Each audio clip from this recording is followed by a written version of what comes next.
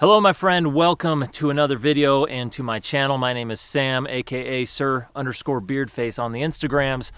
And today we are talking about Diode Dynamics LED lighting for your off-road vehicles. Let's jump into it, not wasting any time, let's go.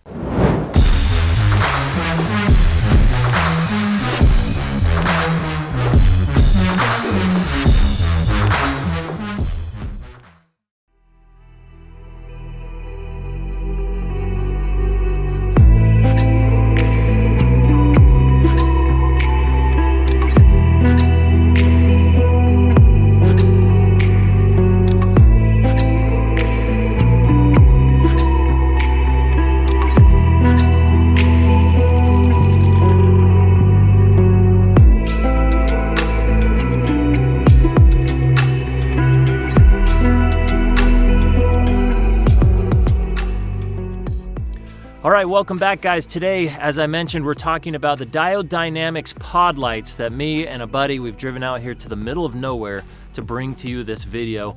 We're gonna do a little bit of testing. We're gonna talk about them for a minute and you guys can decide if it's a good lighting system for you.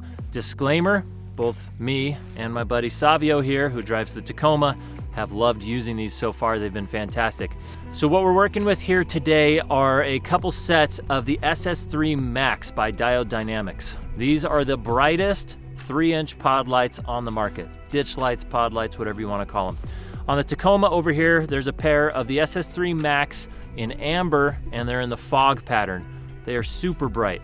And on mine, in the Tundra, I have the SS3 Max white in the flood pattern.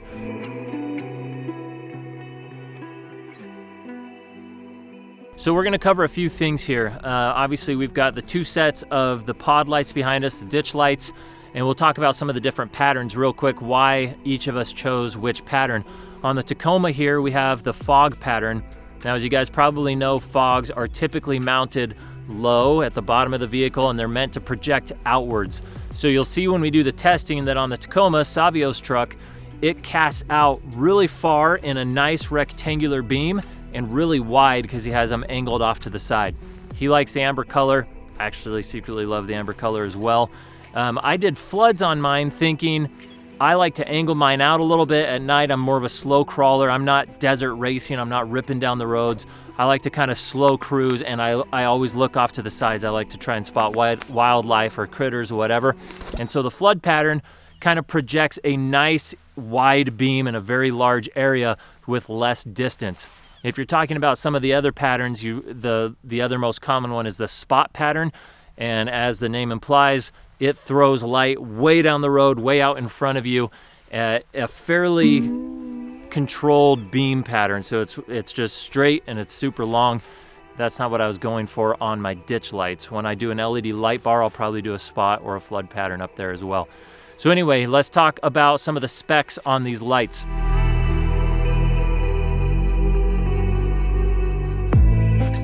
As I mentioned, they are the brightest 3-inch ditch lights on the market, and it varies depending on the pattern that you pick and the lenses that you pick.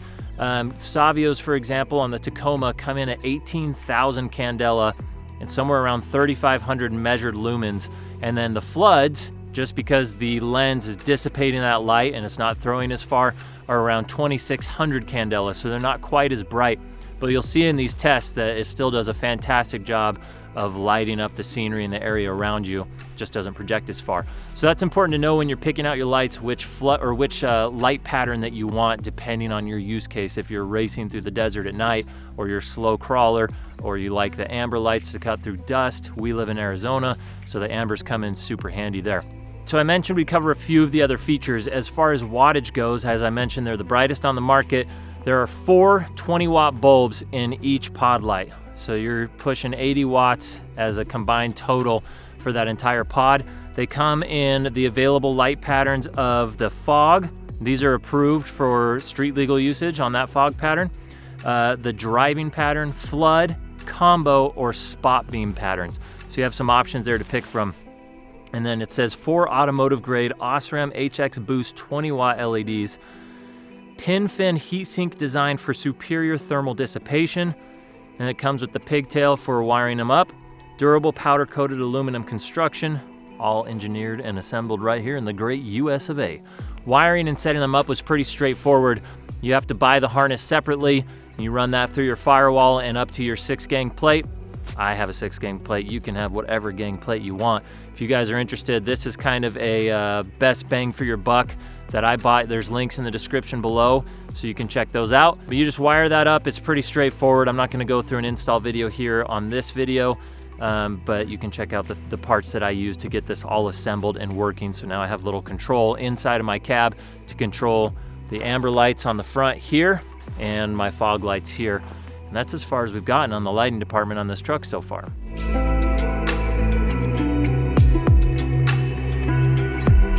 All right, so as far as wiring these goes, it was pretty straightforward.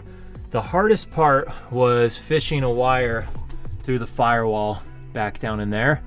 But there is a big rubber grommet that you can actually punch through to get your wiring harness through there. So what we're using here is just a little 6-gang LED panel with its own little box here that I mounted to the top of my fuse box. And these wires just go to each individual pod light or whatever lighting controls. And then you can see my 6-gang actual receiver up front where I can turn the lights on and off. It's got a memory function, so I can turn the whole thing off all at once.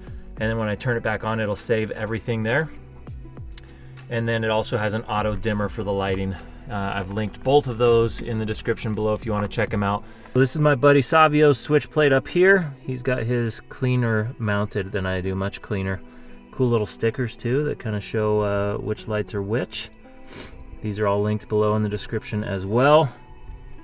Again, wire through the firewall and out into the engine bay to that switch panel up there so you can control all the lights.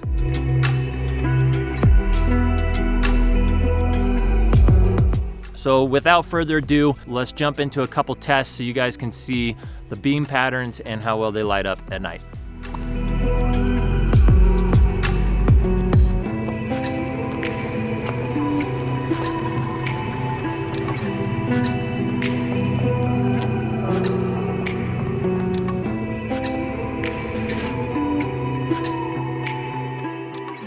So we are in Savio's truck right now. We're gonna do a light test real quick with the ambers in the fog pattern. You wanna start with turning on the fogs, please. Those are your lower fogs. Oh. Turn on your, there we go. There's the ambers right there. You can see the beam pattern. I'm in the passenger seat looking across the hood. Super wide and super bright. Go ahead and turn off the ambers and then your fogs off. Now just do your high beams. Brights. Brights, that's what I was looking for.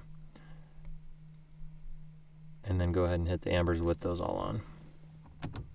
Whammy. So you can see it throws straight out there. You can see it on top of the headlights all the way out there and then all the way out to the sides. Here's my truck over here.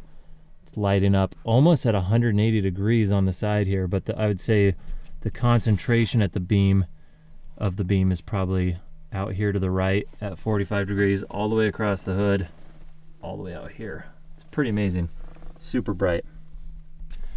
All right, so now we're in my truck. I'm gonna turn on my headlights. That's my low beams, high beams right there with the brights on, and then we will hit my floods. So that's the flood pattern in white. It honestly is really bright. It throws a lot of light out to the sides. What you don't get out of it is the distance. So you do get kind of a close illumination of just about everything, which looks really nice. Here's both sides here. But you don't get as much distance. You can see here in the middle, that's with my brights on. Here's my lights off and just the high beam, or just the Diode Dynamics right here, the pod lights. That's just pods, no high beams in the middle, but you can see when I turn my lights on, put the high beams on, it's a much orangier, the camera is making it look a little more orange than it really is. It's an orangier look, and you just have more of that spot pattern straight out in front of you at a focused area.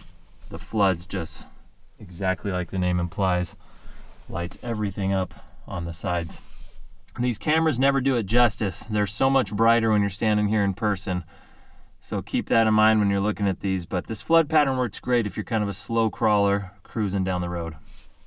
All right, just wanted to show you one last look at what we're seeing here before we wrap it up. This is with both my floods and, oh, that's it, Savios are not on. So this is just my high beams and my floods lighting up out to the sides. I'll turn around here and show you the actual beam pattern in the truck here. I have them angled out quite a bit so it throws out to the side as much as possible. You can see it lights up a pretty dang good area. Been really happy with these lights so far. All right guys, so there you have it. There's our review of the Diode Dynamics SS3 Max pod lights. It is a mouthful, but they've been awesome lights. We've both really enjoyed them, and we plan to deck out the rest of our rigs with Diode Dynamics as well.